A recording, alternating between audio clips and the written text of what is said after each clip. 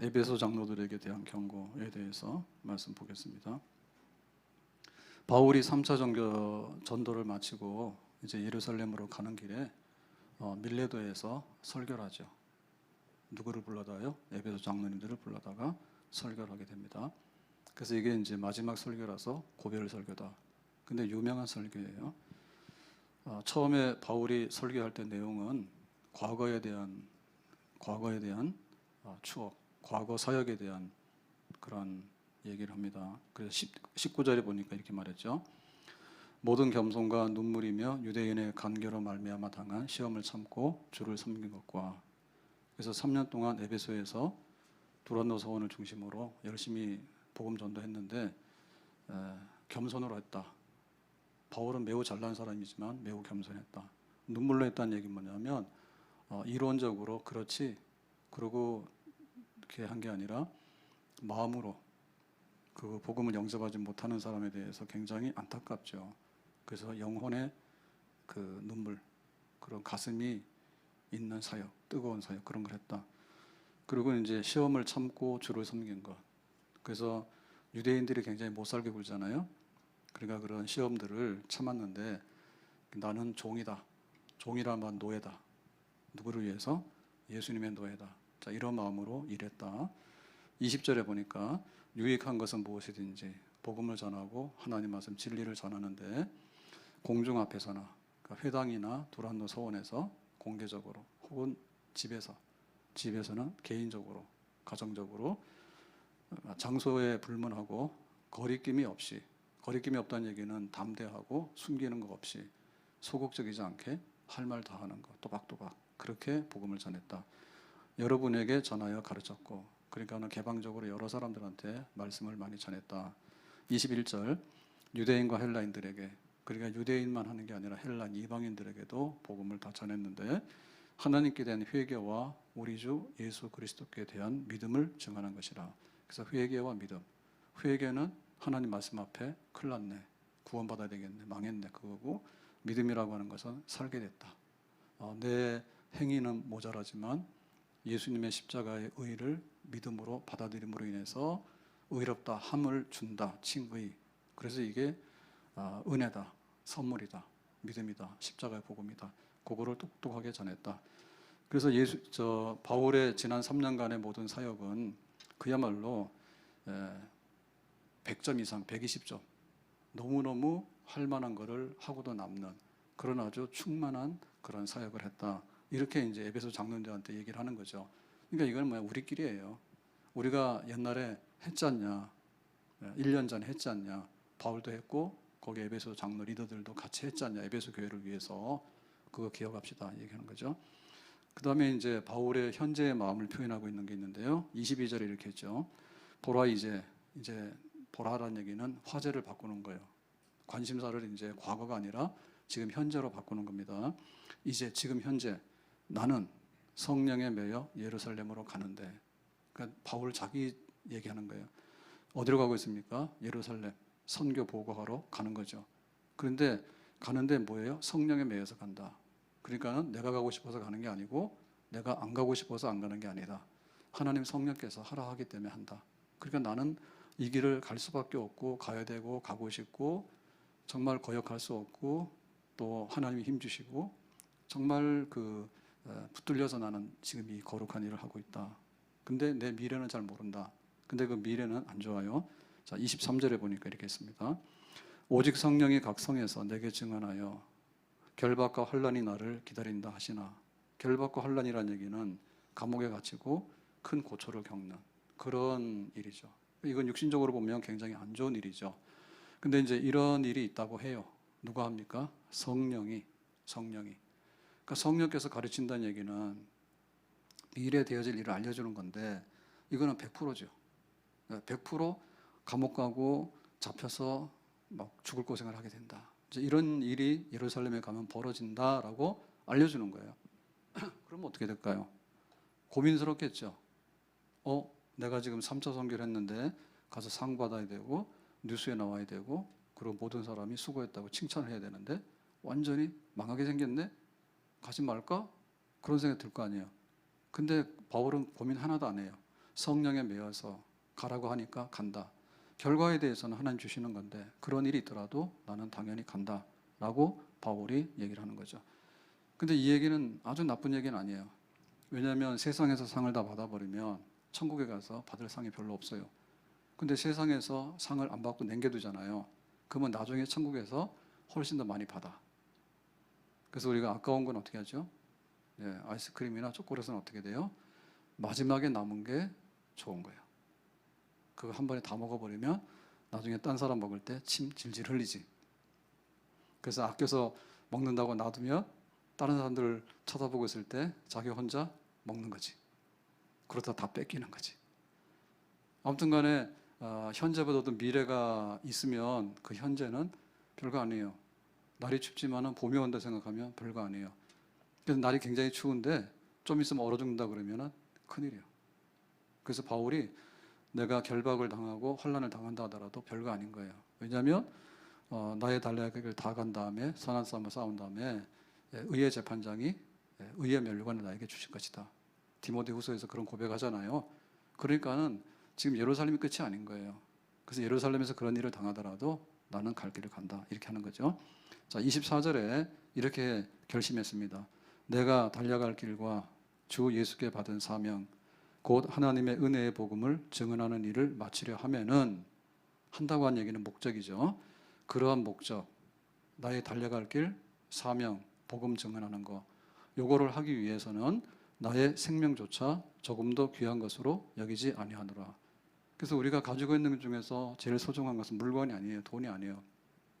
생명이에요. 내가 팔 하나 자르고 눈 하나 빠졌는데 돈이 있으면 뭐합니까? 생명이죠. 그 생명이 귀한데 생명조차도 귀하지 않다 이거죠. 그러니까 뭐예요? 복음 전하는 사명이 생명보다 위에 있다. 이걸 표현하면 일사각오예요. 죽어도 내가 그 복음 전하는 사명을 끝내야 된다. 바울은 지금 현재 상태를 말하는 거예요. 그래서 다시 말하지만 과거 120점, 현재 뭐냐면 88 끓지. 옛날에 굉장히 화려했던 사람이 있어요. 미스 코리아. 혹은 막 세계 챔피언. 혹은 돈 많이 가진 부자. 근데 지금 뭐예요? 없어요. 인기 떨어졌어요. 돈도 없어졌어요. 이거 안 되는 거거든요. 그래서 이 현재가 뭐냐면 옛날에는 좋았는데 지금 현재가 다 폐허가 됐고 망가졌다 그러면 그 사람 불쌍한 사람이야. 근데 바울은 과거 3년 전을 하더라도 좋았지만은 지금 현재가 막 일사가고 주님을 사랑하고 교회를 사랑하고 사명을 감당해야 되고 나의 달려갈 길 다가고 선한 싸움을 싸우고 이게 펄펄 끓어 지금 현재로. 아멘. 그 지금 현재 펄펄 끓어야 되는 거예요. 아멘. 예. 그동안 한 2달 동안에 교회 출입 잘 못했는데요. 예, 오는 주일에는 이렇게 말하면 뉴스 나간다고 또 총동원이라 그러면. 근데 총동원이라보다도 교회 예배 좌석에 올 만큼 다 올 수 있잖아요. 그러니까 오셔도 되니까 다 오시기 바래요. 그래서 막 이게 끌어야 돼. 오늘이 수요일이잖아. 왜 이렇게 주일이 안 되지? 짜증나네. 내일 목요일이잖아. 근데 토요일 딱 되면 이런다고. 주일이 왜 와? 이런 분들은 안 되거든요. 싸늘하잖아요. 그래서 손꼽아 기다렸다고. 수, 목, 금, 토, 일, 땡 그래가지고 막 성전에 온다 해서 다음 주에는 선착순으로 와요. 늦게 오신 분들은 못 올지도 몰라. 아멘? 표정이 안 좋네. 그게 끌어야 돼요. 그래서 매주마다 뜨끈뜨끈하면 그 사람 문제 없죠. 내가 왕년에 목사였어. 왕년에 목사 중에 이단도 많아요. 내가 왕년에 장로 권사였어. 소용없는 거예요. 내가 옛날에 전도 얼마나 많이 했는데 지금은 교회 부시고 있잖아. 그게 무슨 소용이 있어요. 지금 현재가 중요한 거예요. 아멘? 그게 바울이 훌륭한 거예요. 지금 나는 이러이러한 안 좋은 일이 있다 하더라도 상관없어. 누구 알아주든 안 알아주든 혹은 세상 사람들이 나한테 뭐 죽이든 살리든 간에 내 할 일을 하는데 나는 뒤로 돌아갈 맘 먹고 주저앉을 맘 먹고 지금 열심히 갈 거야. 아멘? 자, 그래서 이제 미래에 대해서 얘기를 하는데 28절에 보니까 이렇게 말합니다. 이제 미래에 대해서 얘기를 합니다. 여러분은 에베소 장로들이죠. 자기를 위하여 또는 양떼를 위하여 삼가라. 삼가라고 하는 얘기는요. 잘 살펴보라 이런 뜻이에요. 잘 살펴봐라. 누구부터 살펴야 돼요? 자기를 위하여 나 자신을 살펴야 돼. 지금 내가 에베소 장로예요. 에베소 목사님이야. 그러면 자기를 살펴야 돼. 내가 지금 복음 붙들고 있는지 혹은 나는 지금 성령이 충만한지 혹은 나는 지금 사명감이 뜨끈뜨끈한지, 혹은 나는 하나님 말씀이 검이잖아요. 칼 들고 나가 싸우지, 빈손으로 나가 싸우면 안 되잖아. 나는 칼을 들고 있는지. 그래가지고 자기 자신을 살펴라. 첫째는 자기 자신을 살피는 거예요. 그러니까 우리도 은혜 받으려면은 자기 자신을 살펴야 돼. 권사님이나 잘해. 뭐 이렇게 하는 건 남 얘기하면 안 됩니다. 나 자신을 살펴서 나 자신을 바로 세우는 일. 그다음 뭐예요? 온 양떼를 위하여 삼가라. 여기 양떼는 이제 교인들이죠, 그죠? 에베소 교인들을 삼가라. 잘 돌아봐야 돼.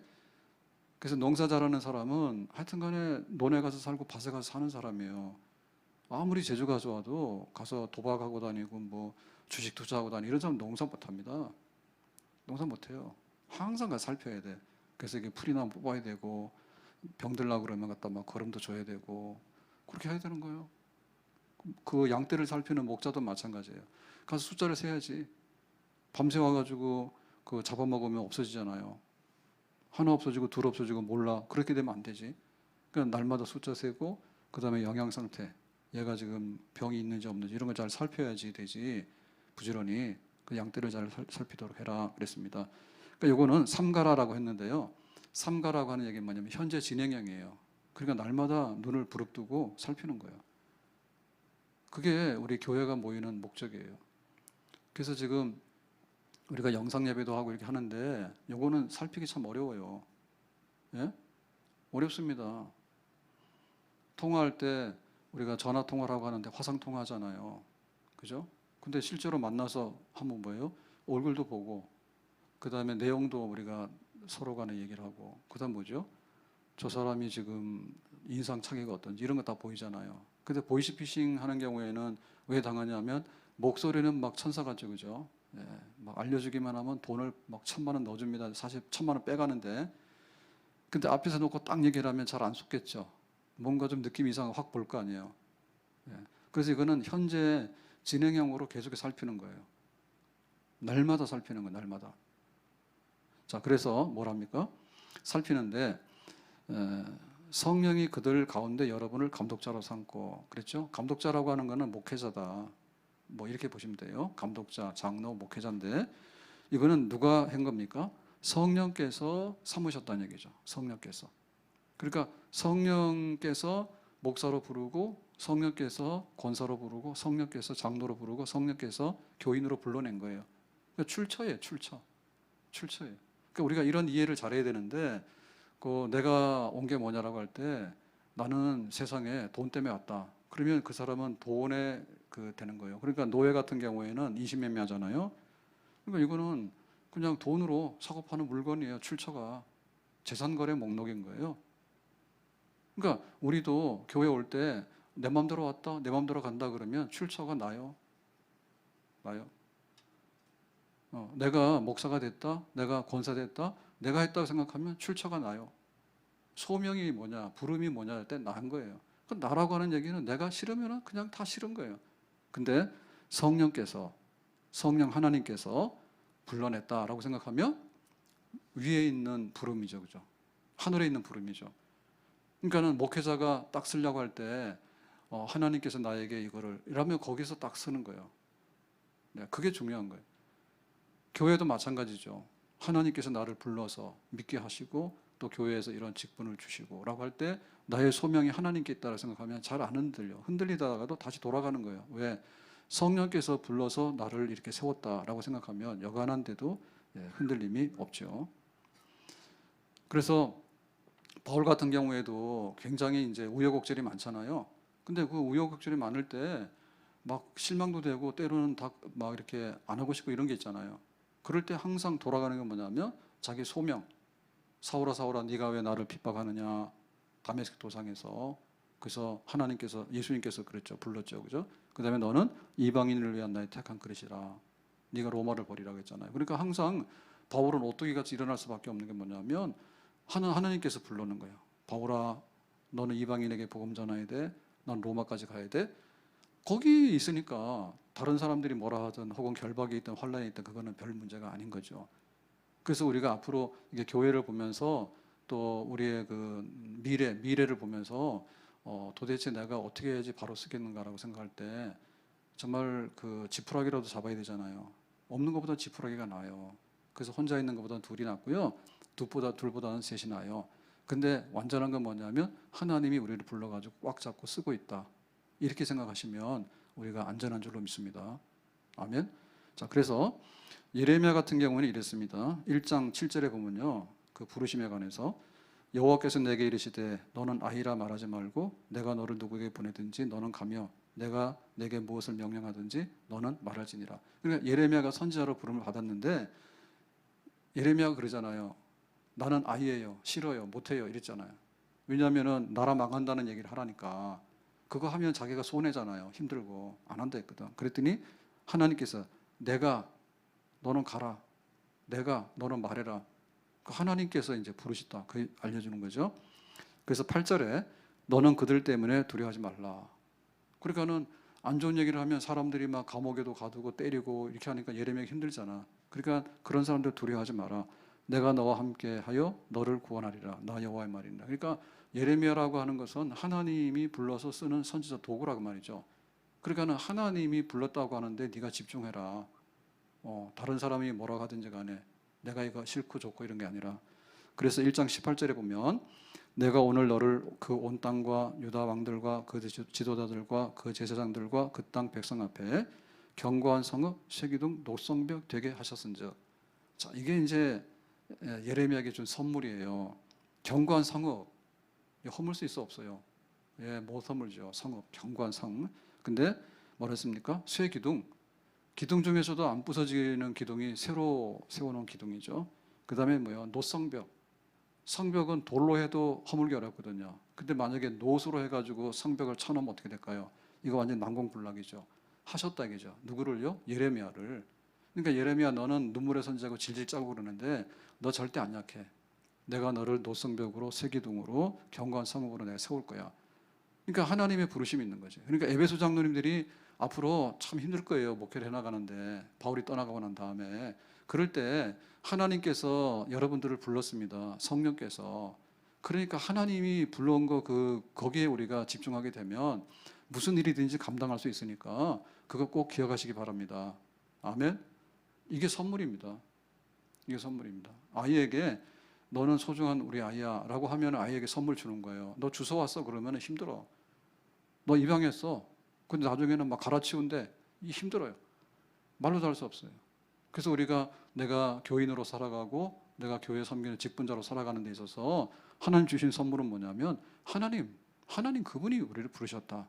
근데 그 부르심이 뭐냐면 성령 하나님이 우리에게 부르셨다. 아멘. 성령께서 우리를 불러냈기 때문에 우리의 미래가 어떤 일이 있더라도 감당할 수 있는 줄로 믿습니다. 자, 그래서 이제 하는 일이 뭐냐라고 할 때 보살피게 그랬죠. 보살피게 하셨느니라. 보살피게. 이게 이제 사명입니다.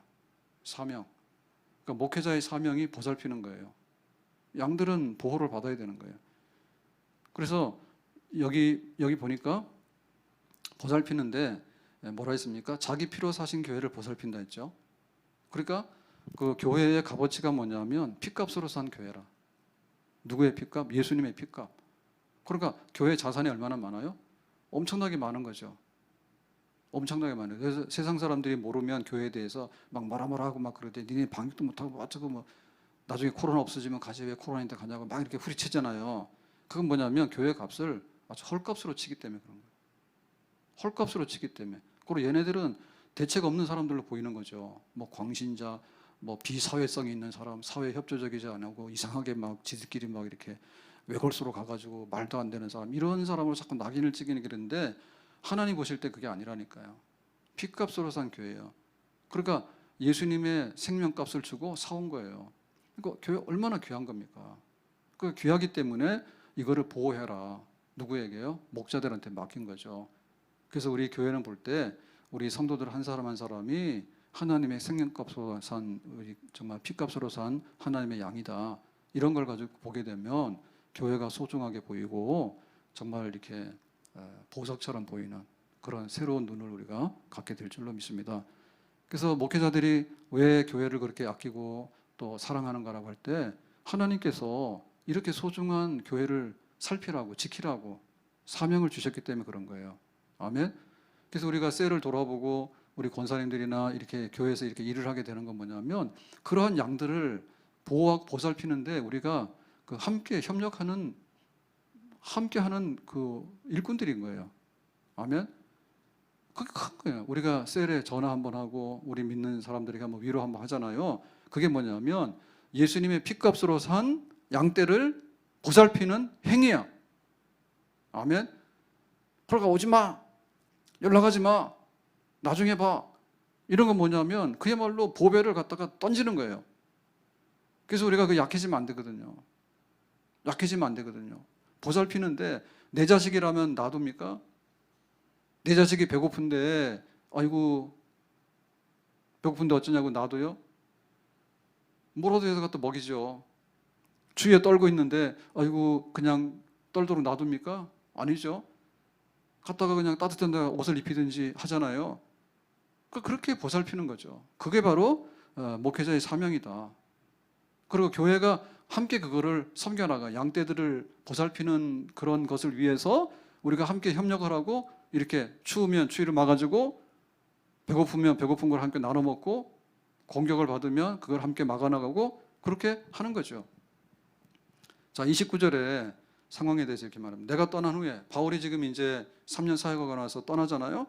사나운 이리가 여러분에게 들어와서 그 양떼를 아끼지 아니하며 그랬죠. 여기 이제 아끼지 않는 얘기는 물어뜯는데 험악하게 물어뜯어 죽이는 거예요. 인정사정 없어요. 그래서 세상 사람들한테 교회가 좀 선처를 바라고 자비를 바라는 것은 굉장히 어리석고 낭만적인 생각입니다. 양이 이리한테 가서 아이고 그냥 나 좀 살려줘. 이리가 그걸 살려주나요?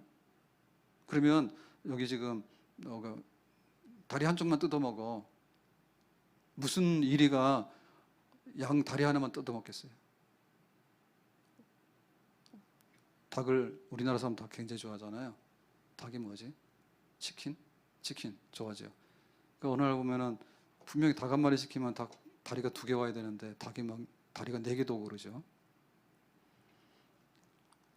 그건 닭 한 마리가 아니라 닭 다리만 많이 넣어줘서 그렇겠지. 닭 다리 2개 아닌가? 그럼 양이 있는데 이리가 와서 야 오늘은 너 여기 앞다리만 뜯어먹고 갈게. 그래가지고 그렇게 안 한다니까. 그냥 숨통을 딱 끊어가지고 죽여버려요. 그래가지고 먹고 남으면 그냥 버리지. 예, 아까우니까 그렇게 안 한다니까. 그러니까 아주 무자비하다니까요. 마구 해치고 막 이렇게 사납게 해가지고 그냥 그 목장을 아주 황폐화시켜버리는 거죠. 그렇게 하는 거죠. 그런 일들이 벌어진다 그죠. 교회 안에 어떻게 해서요? 외부에서 들어와서 이단들이 들어오기도 하고 때로는 세상의 풍조가 들어오기도 해요. 그래서 방역의 문제는 우리도 참고해야지 안전하잖아요. 그렇죠. 근데 방역 플러스 편견과 거기에 대한 어떤 공격 이런 게 들어오게 되면 그거는 막아야 되는 거죠. 그걸 막아야 되죠. 그거를 빌미로 해가지고 다른 어떤 해를 가하게 되면 교회가 거기에 대해서 막아 나가야 되는 거죠. 그게 이제 미래에 이루어질 사건들이에요. 그래서 우리가 교회를 다니고 교회를 섬기면서 항상 해야 되는 건 뭐냐면 하나님 일을 많이 해야 돼. 넘치도록 해야 돼. 근데 지금 현재가 은혜로워야 돼. 근데 우리의 미래에 대해서 우리가 항상 그거를 계획하고 해치고 나가야 되거든요. 가만히 있으면 밥상 차려주지 않는다니까. 그건 아셔야 돼요. 스님이 지나가다가 교회에다가 헌금하고 가겠냐고. 예? 그래 안 한다니까. 안 믿는 사람들이 뭐라고 훈수는 들지만은 그 사람들이 와가지고 교회 부흥되게 하느냐 안 한다니까요. 그러니까 해를 가하면 해를 가하지. 도와주지 않아요. 그래서 교회가 거기에 대해서는 항상 우리가 뭐 군인도 가고 그다음에 예비군도 하고 이렇게 하잖아요. 그건 뭐냐면 미래의 사건 중에서 제일 중요한 게 안전인 거예요. 국가 전제 목적이 뭐냐면 혼자 있으면 당하잖아. 중국 사람한테 당하고 일본 사람한테 당하잖아요. 그러니까 우리가 국가의 보호 속에 들어가서 우리나라의 주권과 안전을 지켜나가도록 노력을 하는 거죠. 그러니까 우리 아들도 군대를 보내는 거죠. 그래서 교회에서 해야 될 일 중에 방어를 하고 보호를 하고 그래야지 양떼들이 풀을 뜯고 여기서 잘 살게 되잖아요. 그걸 허물면 안 되잖아요. 그게 목회자의 할 일이고요. 성도들 모두가 함께 눈을 뜨고 협력을 해야 돼. 그래 교회의 미래를 안전하게 지켜나갈 수 있는 것이죠. 자, 30절에 보니까 이렇게 말했습니다. 또한 여러분 중에서도 제자들을 끌어 자기를 따르게 하려고 어그러진 말을 하는 사람들이 일어날 줄을 내가 아노라. 그러니까 여러분 중에서도라고 한 얘기 뭐냐면 목회자 중에서도 삐딱기를 걸어가는 이상한 사람들이 생긴다 이게요. 여러분 중에서도 뭐 하려고요? 제자들을 끌어. 그러니까 이게 제자들이라는 얘기는 믿는 교인들인데요. 자기를 따르게 하라고. 그러니까는 예수님의 제자가 아니라 자기 제자 만드는 거지. 그래서 이제 교회를 분열시킨다든지 혹은 교회를 자기의 어떤 모든 소유를 위한 것으로 이렇게 바꿔놓는다든지 이제 이런 걸 하는 거지.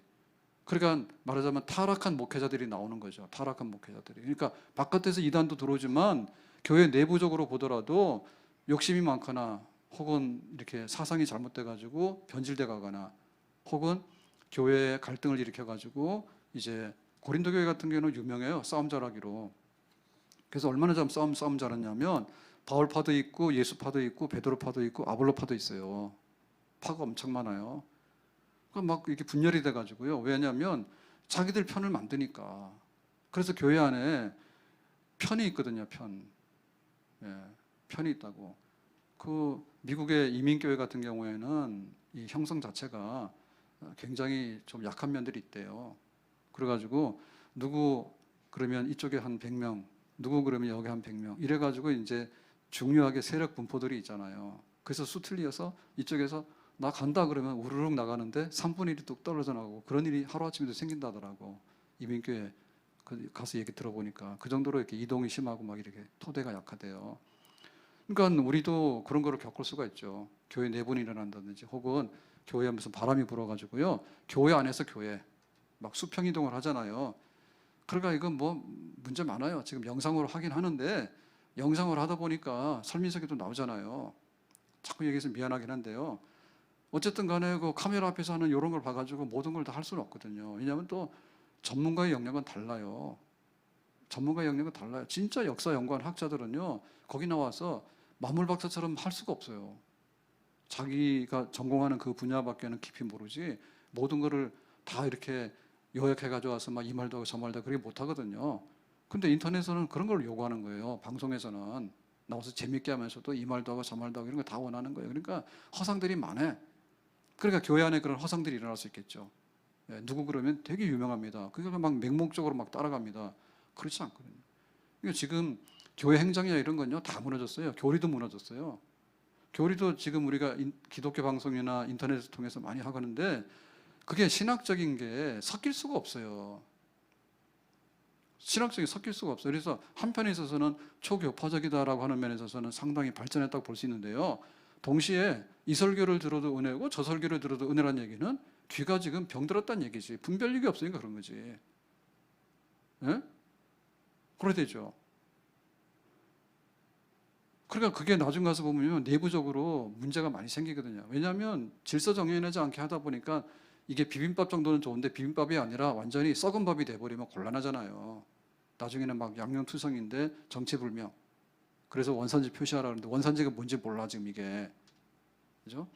더군다나 이제 직분론이라든지 교회 조직 이런 거에 대해서는 말로도 할 수 없잖아요. 막 나가서.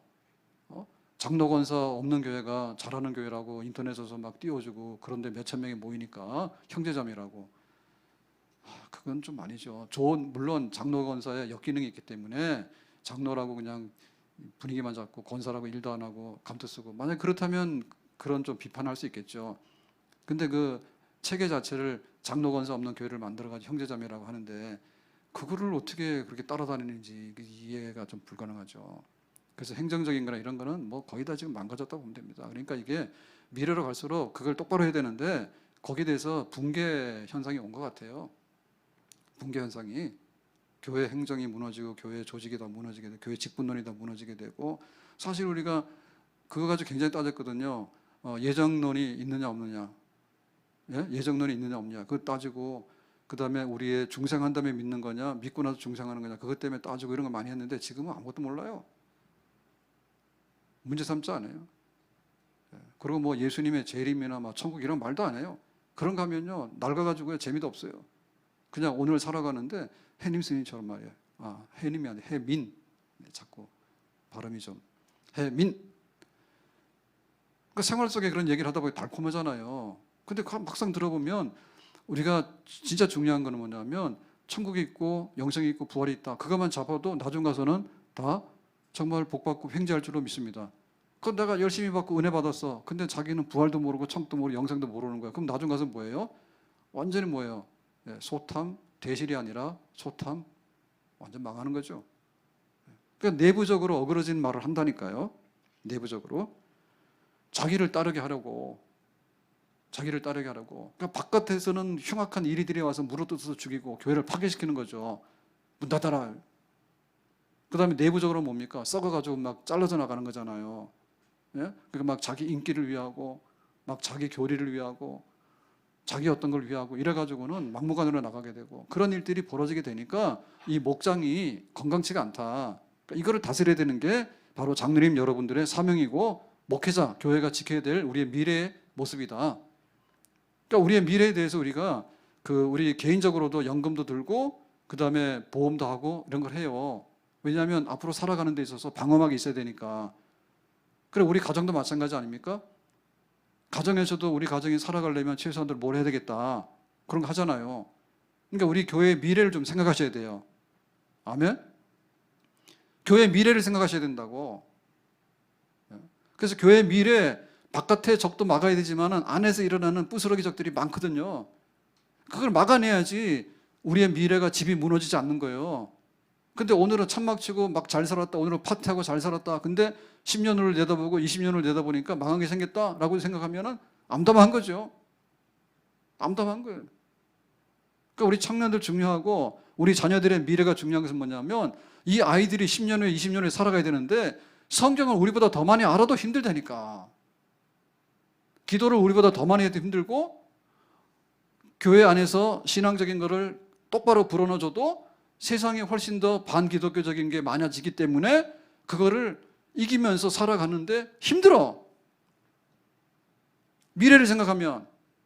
왜? 바깥에서 공격하고 안에서 공격하고 쥐어뜯고 물어뜯고 난리법석이잖아요. 근데 미래를 놓고 볼 때 그거를 대비할 수 있는 그런 역량을 가지고 교회가 준비를 해줘야 되는데 그렇지 않으면 힘없는 양이죠. 미래에 대책 없는 양들이 되다 보니까 우리도 힘들겠지만 이 젊은 청년들이나 혹은 이제 10살, 15살 되는 아이들이 평생에 예수님 안에서 교회 안에서 살아갈 수 있는 힘이 있겠는가? 그 울타리를 쳐줘야 되는 거죠. 그래서 어떻게 보면 교회는 지금 달콤한 거를 주는 게 중요한 게 아니라 교리적인 방어막을 치는 게 중요한 것이고요. 성경을 가르치더라도요. 성경의 근본을 알아야 되는 게 중요한 거예요. 내가 오늘 말씀을 들으니까 좀 은혜롭지만은 내 스스로 성경을 읽고 내 스스로 성경을 묵상하면서 내가 자급자족할 수 있는 그런 진정한 교인으로 거듭나지 않으면 미래 힘들죠. 미래 힘들죠. 자, 그래서 32절에 이렇게 말합니다. 31절. 그러므로 여러분이 일깨어라고 하는 말은 뭐냐? 파수꾼이에요. 잠자지 말고 벌떡 깨라. 내가 3년이나 밤낮 쉬지 않고 눈물로 각 사람을 훈계하던 것을 기억하라. 그러니까 바울이 에베소에서 3년 동안 사역했어요. 두로노선을 중심으로 해가지고 밤낮으로 쉬지 않고 쉬는 시간에 가서 불러다 공부시키고 이렇게 해가지고 눈물로 뭐냐면 말씀을 깨닫지 못하고 예수님을 거절하게 될 때 너무나 안타까워서 눈물을 흘리는 마음으로 그렇게 막 힘을 다하고 정성을 다해가지고 밤낮으로 그렇게 가르쳤던 거 있죠. 이런 것들을 기억하라. 부지런히 하나님 말씀을 가르치고 애정을 가지고 이 목장을 잘 관리를 해가지고 내가 3년 동안 한 거 이상으로 내가 떠나간 다음에 에베소의 영원한 미래까지 에베소의 장로님들이 그 교회와 양떼들을 책임지도록 하세요. 깨어나세요. 영적으로 우리가 약해지거나 혹은 영적으로 잠자고 있으면 안 돼요. 그러니까 내가 했던 거 이상으로 하세요. 여러분 부탁합니다. 미래에 대해서 정말 밤낮으로 말씀 사역했던 그 이상을 하도록 하세요. 그래서 에베소 교회가 더 양들이 살찌고 에베소 교회가 더 이렇게 부흥하고 질적 양적인 성장을 할 수 있도록 그거 기억하세요. 놀면 안 돼요. 게으르면 안 돼요. 더 눈을 뜨고 살피고 보호하도록 하세요. 자, 그래서 32절에 보면 이랬죠. 지금 내가 여러분을 주와 및 그 은혜의 말씀에 부탁하노니 그 말씀이 여러분을 능히 든든히 세우사 거룩하게 하심을 입은 모든 자 가운데 기업이 있게 하시리라 그랬죠. 자, 그래서 여기 보면 앞날에 목회 사역에 대해서 말씀 사역에 중심을 두고 하세요. 내가 한 거 기억하시고 그 이상으로 하세요라고 했는데, 보면 여러분을, 그러니까 에베소의 지도자들, 장로님들을 주와 및 그 은혜의 말씀에 부탁하노니, 부탁한다는 말은 이렇게 맡긴다는 말이죠. 그러니까 주님께 맡긴다는 말은 우리가 이해가 가잖아요. 주님께서 에베소 교회를, 주님께서 에베소 교회 장로님들을, 주님께서 에베소 교회 목사님들을 이렇게 붙들어 주시고 부탁합니다. 이렇게 하는 그건 이해가 가는데, 은혜의 말씀에 부탁하노니 그랬죠. 그래서 여기서 우리가 이걸 주목해야 되는 거예요. 다시 말하면 여러분 장로님들, 목사님들에게 부탁을 합니다. 그러니까는 교회를 좀 든든히 세우고 양떼들을 잘 보호해가지고 잘 하도록 하세요. 여러분에게 부탁합니다. 여러분에게라는 말을 쏙 뺐어요. 이건 뭐냐? 에베소의 목사님들을 무시해서 그런 건 아니죠. 그건 아니고 근본을 얘기하는 거예요. 사람에게 맡기면 사람이 못하면, 그리고 그 사람한테다가 기대를 한다고 하는 것은 허망한 일이에요. 그래서 우리가 이걸 버려야 돼. 목사님은 말씀을 섬기는 그 일부분 중에 하나지, 목사님에게 예담교회를 맡깁니다 라고는 못하죠. 저는 아무것도 나올 게 없어요. 그리고 아무리 훌륭한 목사님이라 하더라도 그 혼자 지어짜서 하는 거는 안 돼요. 안 되고 그게 나중 가면 안 돼요. 이거는 누구의 그게 아닌 거예요. 말씀 그 자체인 거예요. 하나님의 말씀, 은혜의 말씀, 십자가의 복음의 말씀에 에베소 교회를 맡깁니다. 그러니까는 든든합니다. 말씀으로 이 교회를 세워주시고, 이 말씀으로 교회를 지켜주시고, 이 말씀으로 교회의 미래를 이끌어주시기 바랍니다. 말씀이 주인입니다. 주님이 교회를 세우시고 지켜나갈 것입니다. 그런데 주님께서 쓰시는 도구가 뭐냐면 말씀입니다. 그런데 이 말씀을 섬기는 일부분 중에 하나가 목사님이나 교역자들의 입을 통해서 그것이 증거될 것입니다. 그러니까 말씀에 든든히 쓰는 교회가 되기를 바랍니다. 말씀 사역에 모든 것이 사활이 달려있는 것을 꼭 기억하시기를 바랍니다. 아멘. 참 다행스러운 거는요, 우리가 말씀의 집 하면서 교회에 여러 가지 그 목적들이 있는데 우리가 좀 흩어져 있었잖아요. 근데 이제 현장에 모이는 거에 대해서 하지 마라 이런 식으로 얘기를 하니까 밥 못 먹지, 와서 봉사하는데 와서 서로 막 힘 합쳐서 하는 건 못하지, 전도 막 다니면서 하는 거 잘 못하지 하니까 남아있는 게 이제 그나마 말씀인데, 말씀도 현장에서 못하니까 인터넷 통해 가지고 영상을 통해서 보고 또 말씀의 집 보잖아요. 그러니까 새삼스럽게 교회에서 제일 중요한 것이 뭐라는 것을 깨달았어요? 말씀이다. 아멘. 말씀이 있으면 교회가 쓴다. 아멘. 말씀이 있으면 교회 지킬 수 있다. 아멘. 말씀이 있으면 우리의 미래가 있다. 아멘. 말씀에 부탁한다는 말을 새삼스럽게 깨닫는 거죠, 지금. 자, 그러면 이 말씀이 어떻게 교회를 세우고 지켜나가냐 할 때 첫 번째는 뭐냐면, 거듭나게 되는 것이 말씀의 역사의 결과예요. 우리가 와서 세례를 받잖아요. 믿어요. 믿게 되는 게 뭐예요? 십자가의 복음의 말씀을 우리가 들었어요. 그러니까 내가 거기에 대해서 아멘으로 받아들였어요. 그러니까 교회에 교인 하나하나, 교회 양 하나하나가 이렇게 이 목장 안에 들어오게 되는 출입문을 열고 들어오는 사건이 말씀의 영접이죠. 십자가 복음의 영접이죠. 아멘. 다른 목적이 있는 게 아니에요. 말씀에 내가 은혜 받아서 내가 하나님 자녀가 돼야 되겠는데, 예수님의 대속의 사건이 하나님의 자녀가 될 수 있는 충분한 근거가 됩니다. 근데 그것은 나에게 주는 선물이고 기쁨의 소식입니다. 말씀이 우리를 거듭나게 했죠. 교회 기초가 말씀이죠. 교인들 한 사람 한 사람이 교회 회원이잖아요. 회원에 내가 하나를 받았어요. 1번 회원, 2번 회원, 3번 회원. 우리 있잖아요. 교적부에 보면은 이렇게 몇 년대 등록해서 몇 번이나 있잖아요. 그게 뭐냐면 말씀 사역의 시작이 되는 증거죠. 아멘. 그러니까 앞으로도 교회에 들어오게 되는, 예수님이 영접하게 되는 사건은 뭘 통해서 온다고요? 말씀이죠. 말씀이 부탁하는 거예요. 예수 믿으라고. 내가 십자가 복음을 믿으면 하나님의 자녀가 될 수 있다고, 죄 사함 받을 수 있다고. 그리고 하나님께 기도할 수 있다고, 그리고 영생 복락이 이것으로 충분히 약속되어졌다고. 아멘? 말씀으로 교회를 세우는 거예요. 누가 와서 자기 주장을 해가지고 세우는 게 아니에요.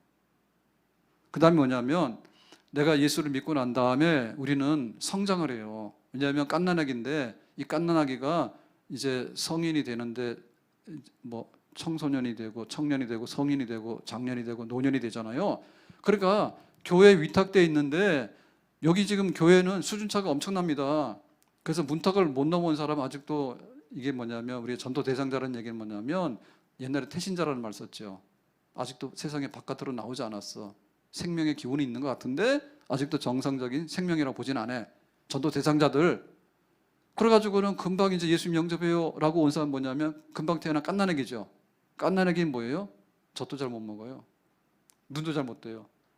그래가지고 뭐 성경 사도행전 찾으라 그러면 구약 성경 막 찾다가 안 되면은 창피하니까 딱 성경 덮어놓고 모른 척하고 있고 이런다고. 기도하라고 그러면 기도가 안 나오니까 뭐라 하고 내 소원을 비나이다 이러고. 그 갓난아기니까 우리가 다 안다니까. 그 이해 간다니까요. 그런데 정상적으로 태어났으면은 먹고 이렇게 하다 보면 나중에 이제 걸음마도 하고, 그 다음에 초등학교도 가고 중학교 가서, 이제 중학교 가면 키가 부모들보다 크잖아요. 딱 커가지고 올려다보잖아요. 애가 커가지고 등치만. 그 청년이 되는 거죠. 그 모든 것이 뭐냐면 말씀에 성화시키는 역사예요. 아멘? 말씀으로 교회가 이렇게 서가는 역사인데, 그거는 한 개인도 마찬가지고요, 교회도 마찬가지인 거예요. 날마다 이렇게 성장해 가는 겁니다. 예수님의 장성한 분량까지. 먹는 건 뭐 먹는 거예요? 말씀 먹는 거예요. 아멘? 교회에서 그래서 말씀을 부지런히, 많이 먹는다고 좋은 건 아니죠. 영양가 있어야 되잖아요. 영양가 없는 거 아무리 먹어봐야, 풀 먹어봐야 안 되잖아요. 단백질도 먹어야 되잖아요. 근데 전체적으로 볼 땐 뭐냐면, 먹는 총량과 먹는 질에 그것이 작용을 해가지고 그 에너지가 돼가지고 성장해서 생명이 커가는 거예요. 아멘? 그러니까 교회가 말씀에 부탁한다 했기 때문에 보호하고 막아내고 건강하게 이렇게 교회가 유지되고 미래를 끌어가려고 하면, 말씀으로 한 사람이 거듭나고, 말씀으로 갓난아기가 이제 초등학교 가게 되고, 말씀으로 청년이 되기도 하고, 말씀으로 성인이 되기도 하고, 말씀으로 은혜를 받아서 교회 장로가 되기도 하고. 왜? 말씀의 분량이 많으면 교회를 좌우를 분별할 수 있는 능력이 생기잖아요. 그 장로 역할인 거예요. 교회가 어디로 가야 되는가? 성도들이 지금 이렇게 하고 있는데 이것이 지금 성경적으로 맞는 생활인가? 그걸 바로 잡아주는 거죠. 그거를 도와줄 수 있는 건 뭐냐면, 권사님들, 집사님들이 도와가지고 말씀으로 자꾸만 하루하루를 세워나가는 그런 생활을 하게 되는 거죠. 그러니까 말씀이 부실하면 그야말로 부실공사요. 말씀이 부실하면 영양실조예요. 그런 미래가 없는 거예요. 이단이 와도 그냥 다 잡아먹으라고 내놓고, 내부적으로 병이 나서 이게 막 잘라내야 되는데, 그러다 보니까 나중에는 그 간단하게 치료할 것도 교회가 그냥 내려앉게 되고, 그렇게 되는 결과가 오는 겁니다. 그래서 말씀이 우리를 하루하루를 이렇게 성장시켜 나가고 살려나간다라고 하는 것이 바로 목회자의 일이고, 교회가 모여서 하는 일이 집을 건강하게 짓고 영향이 있는 그런 삶을 위해서 교회에 모여서 그걸 하는 거예요. 그런데 교회 자체도 내 마음대로 왔다 갔다 내 마음대로 하게 되고, 이렇게 되다 보니까 집이 있는데 기둥이 있지 않습니까? 오늘도 수도 얼었대. 만나오래. 그래서 안 좋아해요, 제가. 자꾸 오니까 안 좋아. 한두 번이지. 근데 예를 들면 수도꼭지 하나는요, 별거 아니거든요, 자기가 볼 때는. 예? 수도꼭지가 온도가 내려가니까 살짝 얼 수 있어요. 근데 이게 지금 만약에 밥을 해야 되고 큰 식당을 돌려야 되는데 수도꼭지가 말 안 듣는 거예요. 그러면 이건 뭐 수도꼭지 배짱에 식당 문 닫아버리는 거야. 우리가 생각할 때 요 손톱 하나 빠지는 거는 요거로 볼 때 문제 아니죠. 이 손톱이 여러 가지가 있는데 요거 하나가 깨졌어. 별 문제 없잖아요. 근데 이게 아픔으로 인해 가지고 일을 해야 되는데 이 손 가지고 지금 너무너무 중요한 일을 하는 사람이 있는 거예요. 이거 아파서 일을 못 하는 거예요. 예를 들면 야구 선수들이 요거 가지고 운동을 하는데 요거 손톱 깨지잖아요. 그러면 이거 뭐 한 달씩 운동 못 하고 그냥 쉬어버려요. 요거 손톱 깨지면. 투수들은 이게 전 재산이야. 이게 보험 드는데 어마어마하게 많이 들어요. 그러니까 이거 별거 아닌 것 같은데 몸 전체로 볼 때 이게 해를 가하거든요. 그러니까 교회가 말씀으로 서가는데 나는 별거 아닌 거라지만 별거 아닌 쪽에서 하나가 병이 들면요, 교회 전부 다 병이 들어버려요. 그러니까 건강하게 말씀으로 든든히 세워져 갈 수 있도록 잘 먹이고, 그 다음에 서 있어야 돼. 장로님이 서 있을 때 장로님 서 있어야 되는 거고, 여기 지금 교사가 쓸 때는 교사가 서야 되는 거고, 셀 리더가 설 때 셀 리더가 서게 되는 거고, 금방 세례받은 교인은 조금 더 은혜를 받아가지고 이제 서리 집사도 하고 교회를 섬길 수 있는 눈을 뜨고 성장에 돌아가야 되는 거. 그러니까 골고루 모든 사람에게, 모든 구석구석에 하나님 말씀이 공급되는 일이 적극적으로 되어지도록 하는 것이 교회 존재 목적입니다. 죽지 않을 정도로 닌겔 꼽아가지고 숨막 껄떡껄떡 쉬는 거는 교회 목적을 할 수 없어요. 아멘. 그런 점에 있어서는요, 우리가 더 많이 적극적으로 교회도 일을 해야 되고 가르치는 일을 해야 되고, 우리 성도들도 적극적으로 배워서 내 몸 건강 관리하듯이 우리 영혼의 관리를 하게 되고 우리 교회 공동체를 관리해야 되기 때문에 서리 집사님 안 돼요. 제가 볼 때 이게 한참 은혜로울 때는 교회에서 장로님, 안수 집사님들을 많이 세울 수가 없잖아요. 한 번에 장로님을 100명, 집사님을 100명에 세울 수가 없잖아요. 그게 바로 재직이거든요. 직원이거든요. 그러니까 뭐 인턴을 뒀단 말이에요. 그러니까 이게 은혜로울 때는 서리 집사라고 하는 것이 권사 그 집사에 있어서 인턴십이란 말이에요. 그러니까는 그 모델을 따라가잖아요. 근데 지금은 그런 순기능이 없어졌어요. 순기능. 그러니까 서리 집사 100명 중에서 안수 집사 하나를 세우자, 이런 기능이 있어야 되는데, 말이 서리 집사지 우리가 훈련도 안 시키고 그 다음에 받을 마음이 없고 줄 성수도 안 하는데 서리 집사 10년 20년 하면 뭐 하냐고요. 그건 인턴도 아니지. 그건 땡땡이지 그냥. 교회도 거기에 대해서 무슨, 교회가 잘못하는 거죠. 교회가 잘못하는 거예요. 그래서 이번에 어차피 이렇게 됐으니까 말씀의 집에서 그 서리 집사가 대부분 아닙니까? 권사 집사 장로 몇 명 되지도 않잖아요. 빼고 다 서리 집사잖아요. 서리 집사 95%에 대해서 좀 기초적인 그 초급적인 이런 거를 좀 하시라고, 그 이상 했으면 좋겠는데, 자기를 위해서나 교회를 위해서나 가정을 위해서나 하라 했는데, 그렇게 서가야지 말씀에 부탁하는 그런 교회의 본질 사역에 우리가 화답을 하게 되는 줄로 믿습니다. 그래서 교회가 그걸 요구하게 되고요. 만약에 내가 진짜 성도라면, 내가 진짜 교인이라면 이거 좀 해야 되겠는데, 운전면허도 갱신하게 되고요. 다른 모든 것도 만년은 없어요. 그러니까 우리가 조금 더 교양을 하게 되고 체크하게 되고 그래서 유지 관리하도록 하지 않습니까? 아멘. 내 신앙생활을 하나님 말씀으로 세워나가는 일에 그 정도 관심 가져야지 내가 존립을 하게 되고, 내가 병들면 손톱 하나 빠지면 괜찮은데 교회 전체가 다 병든다고 이것 때문에 아파가지고 그런 일이 없도록 성장하는 데 관심을 가져야 될 줄로 믿습니다. 그래서 자 마지막에 보니까 뭐예요? 그 말씀이 여러분을 능히 든든히 세우사, 그러니까 이제 회원되게 하고 그 다음에 성장해가지고 기둥이 되게 하고, 이렇게 해서 거룩하게 하심을 입은 모든 자 가운데 기업이 있게 하시리라. 자, 기업이라고 하는 유업이거든요. 근데 우리의 기업과 유업의 마지막은 뭐냐면 몸이 다시 사는 것과 영원히 사는 것을 믿습니다라고 하는 영생 복락에 참여하는 것이 우리 마지막의 미래의 기업과 유업이에요. 거기까지 끌고 갈 수 있는 게 뭐냐면 오직 말씀이에요. 아멘. 하나님 말씀이 우리를 성화시켜서 끌고 가서 마지막에 우리가 바랬던 영생 복락 부활의 하나님 나라의 백성으로 참여하게 되는 그 모든 것을 만들어낸다 이죠. 그 말씀 없으면 흐지부지해도 나중에 그야말로 배교자가 될 수 있는 거고, 내 신앙 잃어버리고 교회 30년 50년에다가 예수님 뭔데? 천국이 뭔데? 나 모르겠는데? 라고 나자빠지게 되면 유업에 이르지 못하는 거죠. 마지막에 알곡이 돼가지고 천국 곳간에 들어가야 되고, 마지막에 하나님께서 예비하신 정말 그 처음까지 지나갔다고 하는 그 성경에서 말하고 있는 마지막에 구원의 영광스러운 잔치, 거기에 참여하고 안 하고는 하나님 말씀에 붙들려가지고 신앙생활 한 사람에게 주어지는 결과물인데, 이 모든 것은 하나님 말씀에 위탁되어 있는 줄로 믿습니다. 아멘. 오늘 말씀 맺겠습니다.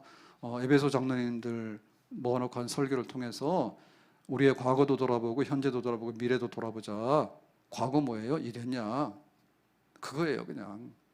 야, 이랬냐? 내가 교인으로서 또 내가 직분자로서 이렇게 살았는데 가져와봐. 그럴 때 지금이라도 좀 가서 잘 안 됐으면 보충합시다. 아직도 우리는 끝난 게 아니니까요. 아멘? 과거에 대해서 할 말 없으면 좀 할 말 있도록 만듭시다. 지금이라도. 아멘? 그리고 오늘 현재에 대해서는 뭐예요? 일사가고 하나님 나는 마음을 다하고 뜻을 다하고 정성을 다해서 내가 은혜 충만한데 지금 가고 있습니다. 그거. 그 다음에 미래에 대해서는 뭡니까? 험악한 일들이 생긴다 하더라도 거기에 굴복하지 아니하고 그걸 뛰어넘어갈 수 있도록 특별히 교회적으로도 안팎으로도 많은 어려움들이 있어요. 그러니까 우리의 신앙생활을 진짜 제대로 잘해야 돼요. 왜냐하면 우리의 미래에 대해서 우리가 뭔가 이렇게 숟가락 얹어가지고 되겠다라고 생각하면요, 그거 안 돼요. 내가 이걸 함으로 인해서 교회를 안전하게 하고 교회의 미래를 이렇게 설계하는데 좀 하나의 버팀목이 되겠다. 이렇게 좀 책임의식을 가지고 교회가 잘 되면 내가 잘 되면 와서 이게 하겠다보다도 그런 미래를 만들어가는 창조적인 주역이 돼야 되겠죠. 아멘.